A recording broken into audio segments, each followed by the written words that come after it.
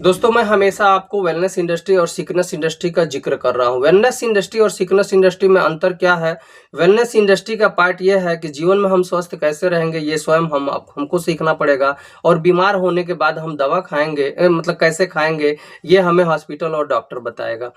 और हम अगर वेलनेस इंडस्ट्री की बात करें तो इसी नियम का पालन करके हमारे पूर्वज 100 साल 150 साल वो स्वस्थ रहे, जीवन में कभी हॉस्पिटल डॉक्टर की ज़रूरत नहीं पड़ी।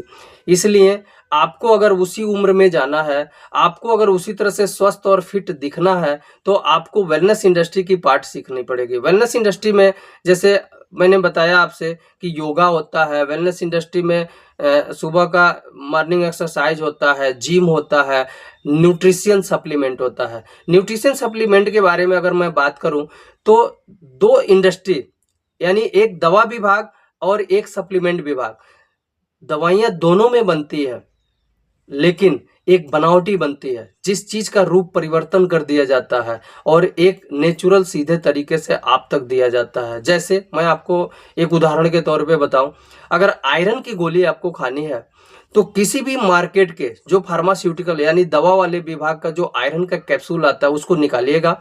निकालने के बाद एक कागज पे रख के और उसको लोह चुम्बक मैग्नेट से उस पे देखिएगा, सटाइएगा तो पूरा सट जाएगा, यानी आपको लोहा डायरेक्ट खिलाया जा रहा है, लेकिन आपकी बॉडी उस लोहे को एब्जॉर्ब नहीं कर पाती और इसलिए आप आयरन का कैप्सूल, आयरन की गोली खाते रहते हैं और आपके ब्लड शरीर में ब्लड नहीं बढ़ता। लेकिन नेचुरल सोर्स क्या है?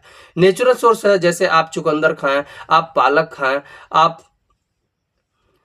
अनार खाएं, आप गन्ने का जूस पिएं। इस तरह के अगर आप नेचुरल प्रयोग करते हैं तो आपकी बॉडी इसको 100% उपयोग भी करती है और आपको फायदा भी मिलता है और आप हमेशा के लिए अच्छे भी होते हैं।